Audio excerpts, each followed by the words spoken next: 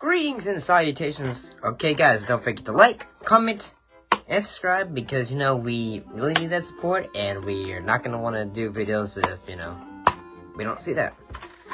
But, today's video is on Back to the Future, the video game. Well, when you think about it, a lot of games,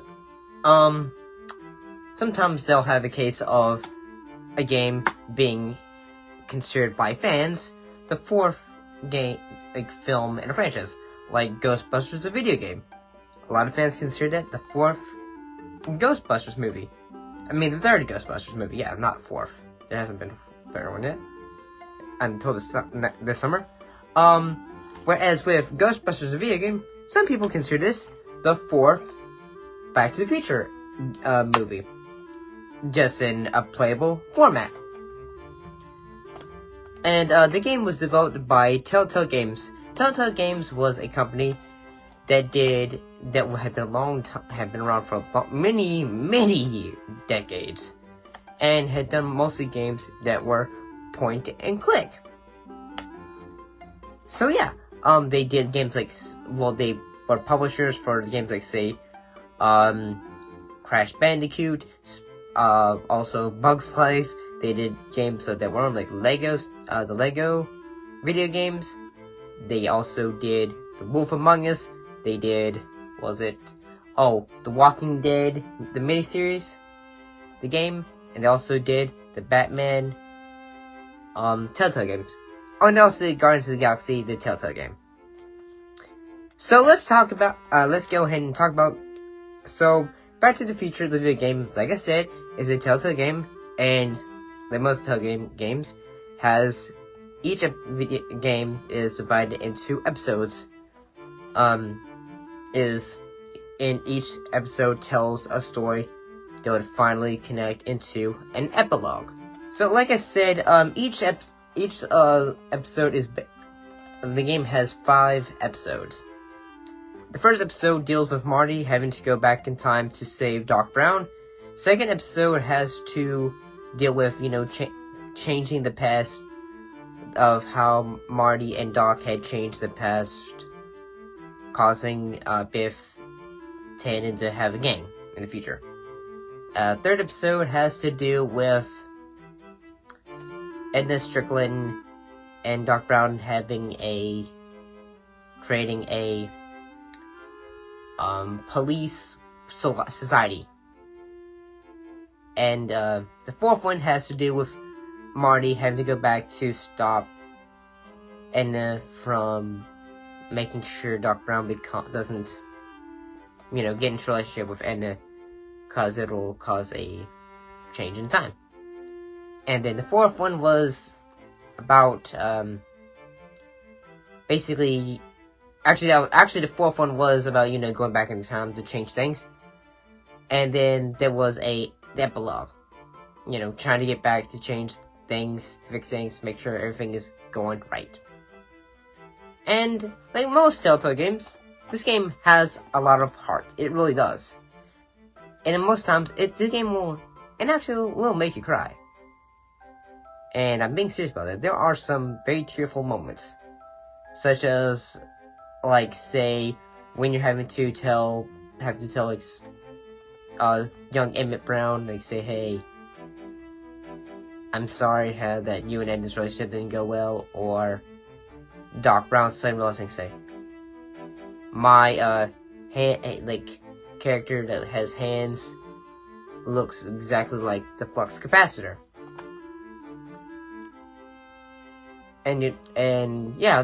Or heck, realizing that everything that you did in the first film has changed, and Marty's dad, George, is still back to being a wimp and all that. And so, yeah, the game has a bit of changes to the realities and all that. I gotta say, the game has a lot of moments where, the things that I like about the game is that it changes with the varieties, where you can have moments where what I'm trying to say is, the game has a lot of moments where you can get either trophies or achievements. So yeah, if you're looking for a game that you can get a lot of achievements for, yeah, this game is relatively easy, whatever.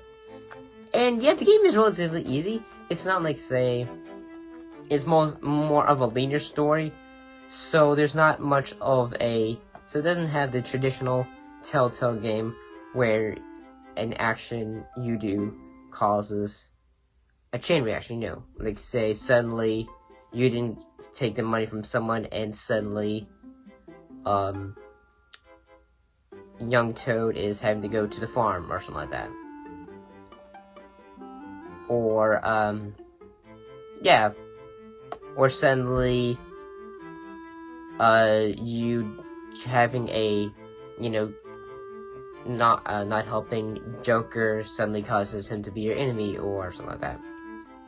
Yeah, there's none of that. But in all honesty, there's still some dramatic moments, like I said, which is a good thing, because Telltale games can have, like, no matter what form a game, property they take on, they're able to make a good game, in all honesty.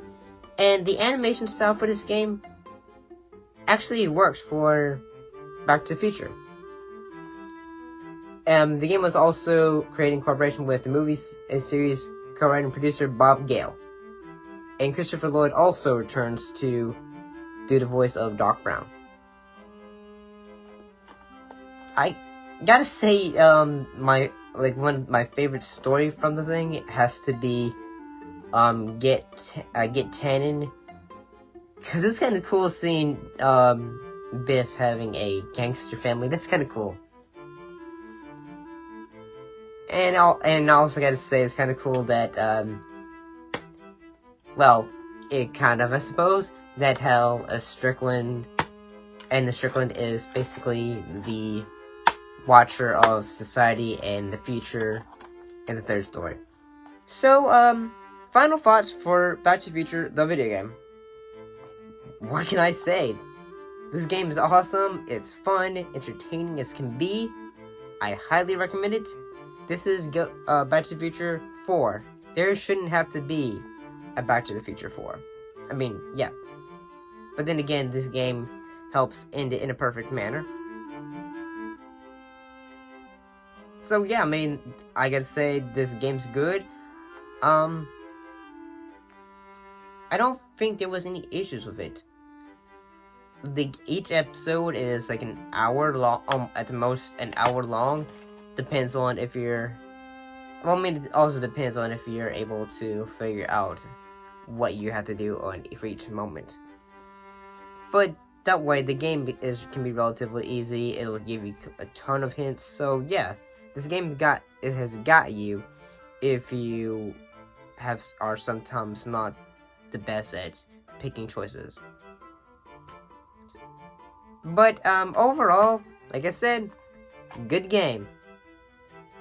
But what do you think? Do you think Ghostbusters Back to the Future, the video game, is good? Bad? What do you think? Put your thoughts and comments down below. Don't forget to like, comment, and subscribe. And we'll see you next time. Bye-bye.